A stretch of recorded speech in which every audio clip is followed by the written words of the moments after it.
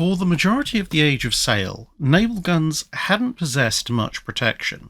Sure, most of a larger ship's cannon would be sticking out of gun ports in the hull, which afforded some protection from small arms fire and other anti-personnel rounds, and in some cases even long-range fire from lighter-weight round shot, but this was in large part incidental.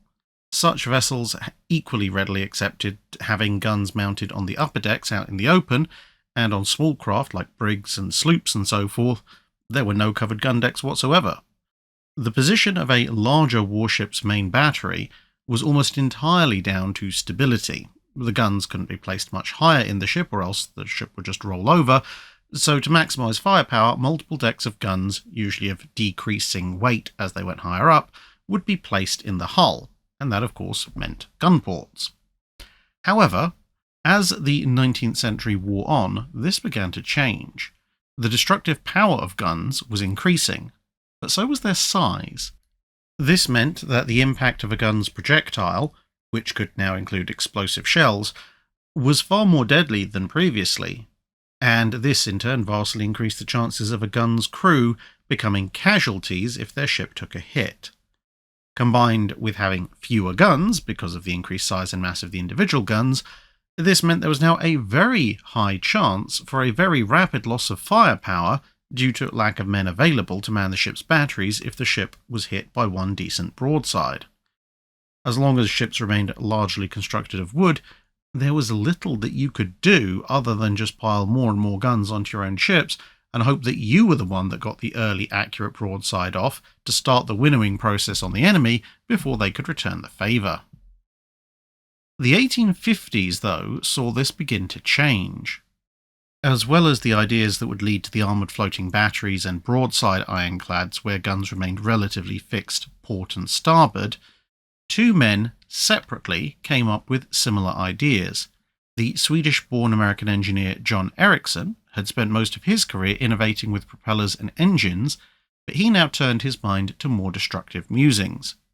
Britain and France were in an arms race again, and the French, eager as ever to utilise new technology to try and level the playing field with the numerically larger British fleet, were usually quite receptive to new ideas.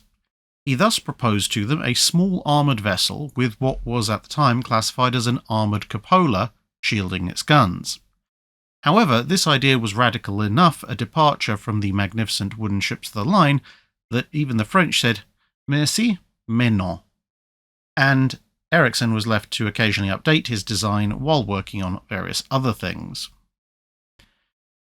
Elsewhere in the world, a few months later, one Captain Hooper Phipps Coles of the Royal Navy found himself part of the Anglo-French task force dispatched to fight the Russians in the Crimean War. Operating in the shallow Sea of Azov, the British embraced an idea that they'd used many times before, mounting a few of their ships' guns in boats in order to get closer to the shore when the draft of their ships proved too much because these particular shores were quite shallow. But of course, the newer, larger guns fitted on some ships were a little too bulky for regular boats, but Coles was determined he was going to shell something, and so he built a raft instead. He then decided that small arms fire was especially disagreeable when it was directed at him, and so he built his own cupola so he could fire large, high-explosive shells at his enemies in relative peace, if not quiet. Like Ericsson, Coles then started to refine his ideas. Both men had started out with a cupola, so called because the dome-like shape resembled the cupolas, or small domes, found at the top of many large buildings, particularly those built in the Renaissance period. But this posed a few issues. Firstly, unless you made them very large, standing room, and thus the ability to comfortably operate the guns, was limited to pretty much near the centre of them, which was usually where the guns themselves were. Secondly, manufacturing an oblate hemisphere in iron, while possible, was not exactly the easiest of tasks in the late 1850s. That meant complexity, which meant time, and that meant cost. So both men began altering the shape of their protective shields, as the age of the armoured ship began with the 1860s, and the large navies looked at not only building new ships like Gloire and Warrior, but also converting older vessels. Coles proposed cutting down a ship of the line and installing no less than 10 cupolas each armed with a pair of guns on the massively reduced hull. But by this stage, his cupolas more closely resembled a large upturned frying pan with a flat roof, granting more space internally and also making them somewhat easier to build. Although this idea was rejected, the Admiralty did agree to install a prototype on one of the leftover floating armoured batteries they had going spare after the Crimean War. With these tests being fairly successful, they were persuaded to order a true ship armed with a refined variant of the cupola. This would become HMS Prince Albert. However, there was one rather glaring problem, which would mean the Prince Albert could only be used for coastal defence, and that was weight. This was something Ericsson had also encountered. By this stage, the American Civil War had kicked off, and Ericsson had managed, after a bit of manoeuvring, to get his design submitted to the emergency competition that the Union Navy had initiated for the construction of an armoured ship to take on what was rapidly turning into CSS Virginia. As one of the three designs taken forward for construction, his Monitor would bear a close resemblance to his almost decade-old design that he'd presented to the French, albeit both improved and simplified. Gone were any of the complex curves. The armoured housing for the ship's pair of 11-inch Dahlgren guns was a simple armoured cylinder, in this case made up of several layers of iron bolted together. As the term biscuit, or I guess in this States cookie, tin, was somewhat less than martial, many people noted a passing resemblance to the towers of old medieval castles, albeit a bit truncated.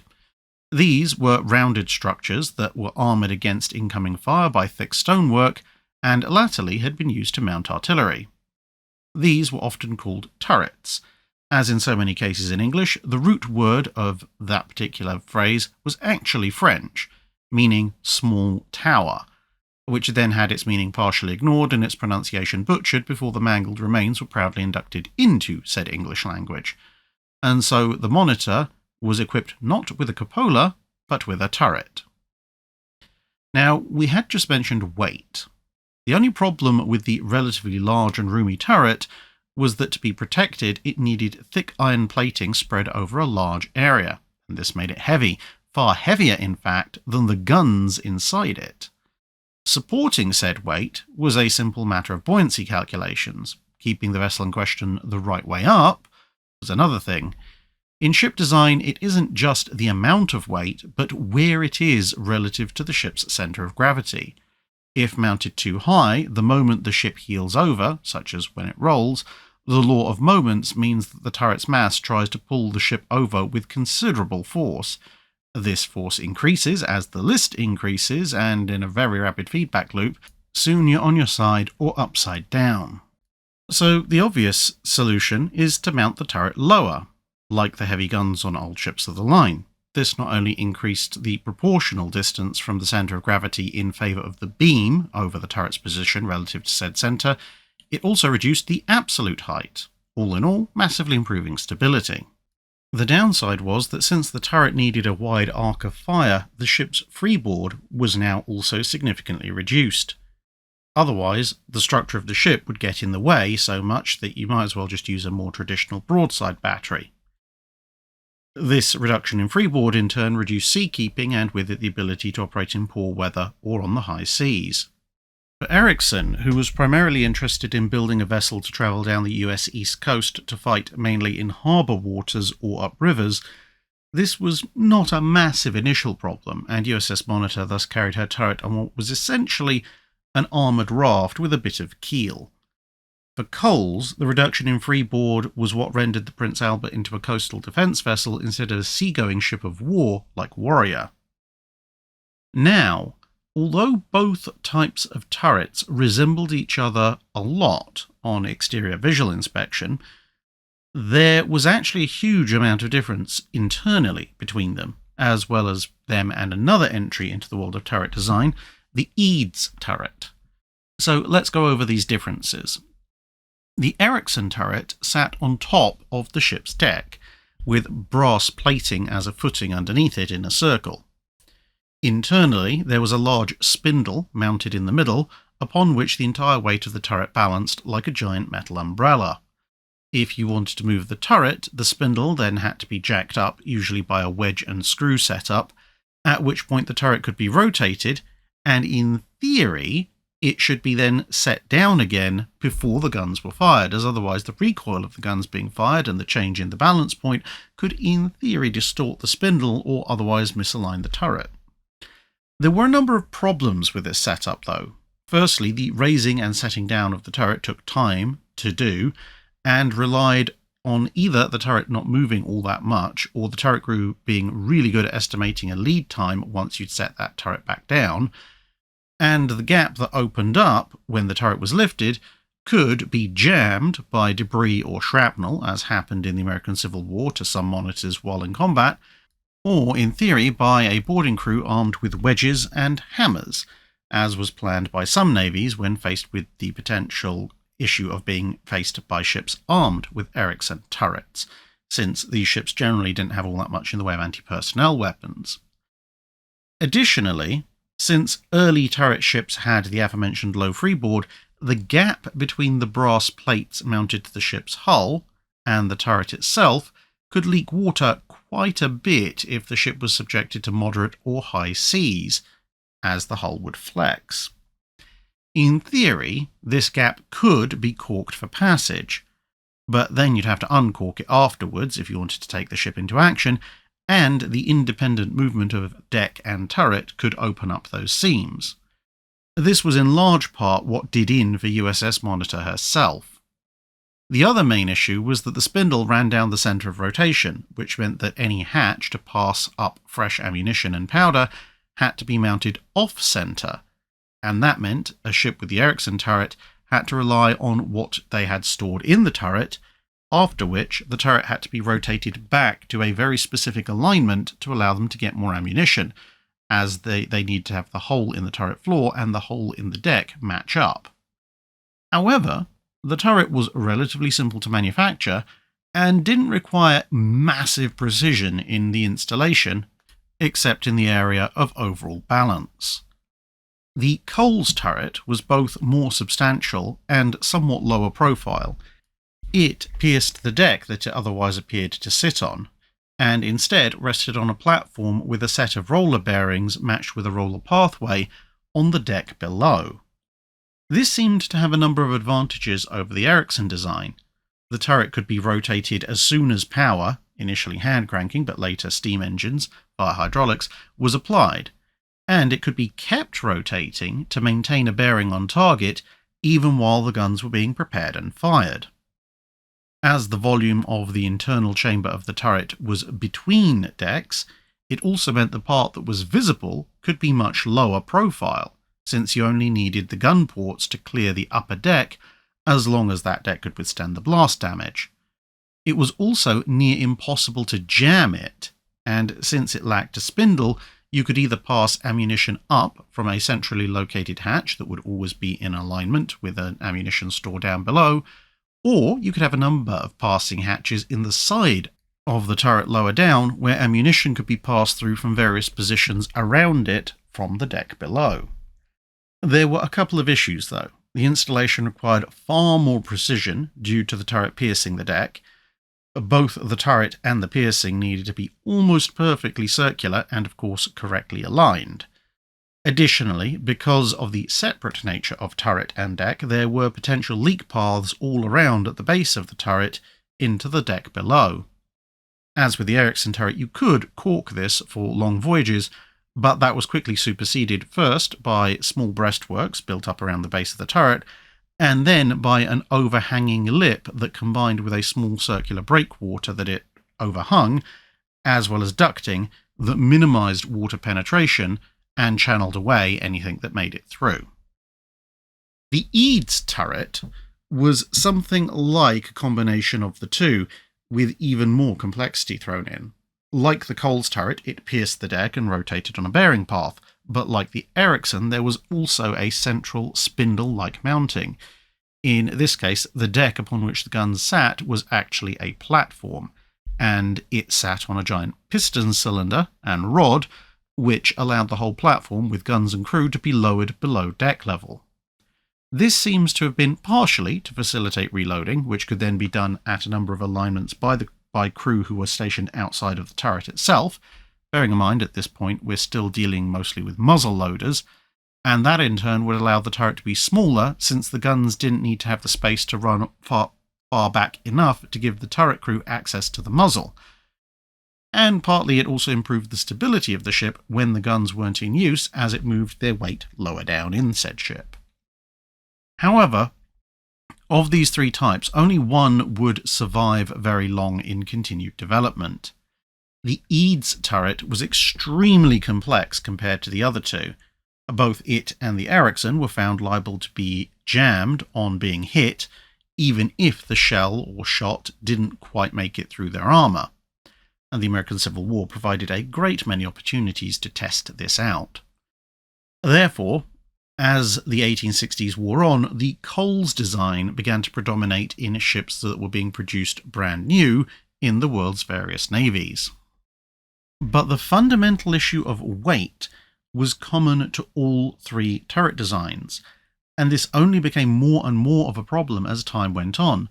Guns continued to get larger and more powerful, and this in turn meant the turret had to become larger to fit the guns, and more heavily protected to shield the guns and their crews from incoming fire. The necessity of most navies to take to the high seas meant that a number of solutions were tried. In some cases, the turrets were mounted low, with structure built around and over them. This somewhat limited their fields of fire, but in theory restored a measure of freeboard and accommodation, as well as allowing the continued use of sails without the masts getting in the way of the turrets. Unfortunately, in some cases, this was not done ideally, and indeed Captain Coles went down with his ship, HMS Captain, which was built to this specification over the objection of practically everybody else, as it turned out that while he was an incredibly inventive and intelligent man when it came to the design of turrets, Coles was a slightly less accomplished ship architect. In other ships, the turrets were mounted somewhat higher, but they were relatively few compared to the overall size of the ship and the number of turrets that you might be able to mount on that size ship if you put them lower down. And that at that point, the masts did tend to get in the way quite a bit. Ditching masts entirely did solve some of these issues, but even such vessels as the Devastation class still couldn't afford to have a particularly high freeboard if they wanted good fields of fire as well as high levels of protection. The turret ship Cerberus, for example, had to have additional temporary breastworks mounted for her journey from the UK to what would eventually become Australia, but these could not be used in battle as they'd get in the way of the guns.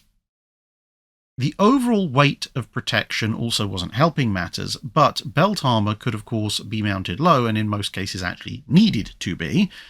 The massively heavy turrets, meanwhile, really could use being higher up, both for general seakeeping and so the turrets themselves could be worked in something other than a flat calm. These issues inspired two main lines of thought to try and fix them. One was to take a leaf from late 1860s turret ships that had relatively high-mounted turrets and simply have fewer of them. Ideally, therefore, with really, really big guns to compensate for the lack of numbers. This meant less overall weight than many slightly smaller turrets, but it only bought a few feet of freeboard. The other solution was the Barbette. This was experimented with in a variety of ways in a number of navies, but the navy that really went in for it the most out of all the large navies was that of France. The Barbette sought to save weight by simply doing away with most of the traditional turret. The guns would be mounted on a platform or turntable that could rotate, but that was pretty much the extent of the moving parts outside of the ammunition hoists. The Barbette itself was a simple iron, or later steel, tube that protected the ammunition, or ammunition hoists, below, as well as allowing the crew to take cover in the gun pits. Although the Barbette was open-topped, in the 1870s through to the early 1890s, almost all major incoming fire was thought to be near horizontal due to the relatively short engagement ranges involved. On some ships, slightly more advanced variants of the Barbette were tried, including a disappearing gun mount that was designed to allow the gun to be reloaded entirely within the protective walls of the Barbette. This setup saved weight in multiple ways. It effectively cut the top off of a Coles-type turret, which took the entire weight of the turret roof and the most thickly armoured portion of the turret walls, the bit above the deck, out of the equation. It also massively reduced the size and weight of the machinery that was needed to rotate the guns, since instead of rotating the guns, the platform they sat on, the crew, and the massive metal cylinder and the roof, the machinery now only had to move the platform and the guns.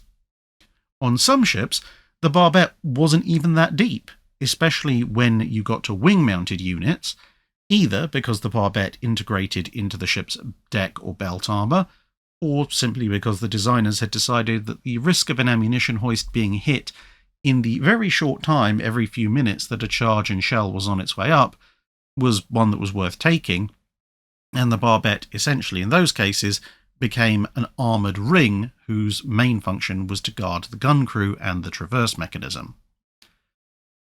With reduced weight, and thus less effects on a ship's stability, Barbettes mounting large guns could either be mounted in new positions, such as on the wings, as we've just mentioned, or a ship could carry more heavy guns for a given size of ship, or the guns could now be mounted much higher, with a commensurate increase in freeboard and thus better seakeeping, or some combination of all of the above. The fact that Barbette installations really got going just as steel became more and more used in construction and armour, initially as the face of compound armour, then as nickel steel, and then as Harvey steel, also helped, as armoured thickness, and therefore mass, could be reduced using the new materials for roughly similar levels of protection. This was generally the death knell of the turret as it had been originally conceived. This form of turret needed to be circular either because otherwise it would not balance properly on a central spindle in the case of the Ericsson turrets, or because it would not otherwise rotate snugly in the hole cut in the deck for it, as in the case of the Eads and Coles types. In these types, the thickness of the armour, while not always exactly the same all the way around, did still have to be broadly similar to prevent uneven wear of the bearings, as only limited counterweight or counterbalance measures could be taken within a cylindrical structure. But a number of factors, including the same advancing metallurgy that had helped Barbette development, would quickly doom the Barbette. Better metallurgy and better propellants, along with other technical advances, gave rise to the quick-firing gun, and with it, rapid-fire secondary batteries. Even at the relatively short 500 to 1500 yard engagement distances of the 1890s, these smaller guns still had to elevate somewhat higher to score hits, and this meant more fire coming down at a somewhat significant angle, and more fire coming in generally. This meant more fragments and more chances of a direct hit on or in the Barbette. Even more rapidly firing were automatic weapons ranging from the good old Gatling gun to Nordenfeldts and other small caliber weapons. These were typically mounted, at least in part, in fighting positions high in the superstructure and even in fighting tops on the masts of large ships. Mostly, these were for anti-torpedo boat work, but they were also very capable of sweeping the decks of enemy ships. At close range, therefore, the crew of an open-topped Barbette became hideously vulnerable. This drove a rapid set of developments. Some smaller guns got what would later be referred to as open shields. These would protect them from small arms fire when the gun was pointed at the enemy, but they wouldn't help the crew against blast or shrapnel from near misses behind the gun's position from larger shells, or if the ship was being shot at from more than one direction. Some larger guns had thicker versions of this shield designed to repel heavier shells, but for the very largest Barbette-mounted guns, a fully encompassing armoured gunhouse rapidly developed. Initially, this was to stop automatic weapons fire, shrapnel from large shells, and high explosive blasts from the smaller shells fired by quick-firing guns. But almost instantly people realised that a new, larger target was therefore more likely to also be hit by main caliber shells, and as those guns' rates of fire had increased from minutes per round to rounds per minute, the gun houses rapidly became armoured against the likely incoming firepower from peer opponents, at least most of the time.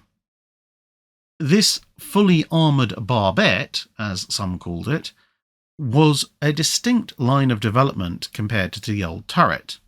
Now, the cylinder of armour that protected the ammunition hoists from the magazines up to the deck the guns were mounted on was static, with the roller path mounted just inside the barbette armour, relatively high in the ship. Since the gun house was built onto the rotating platform and only rotated above the deck, it did not need to conform to any cutout in the deck itself. Along with the advent of longer barrel breech-loading guns, this meant that the overall position of everything inside could also be changed. With the original turret design, ideally the entire gun, usually a muzzle loader, would roll back into the turret, thus allowing reloading to take place inside.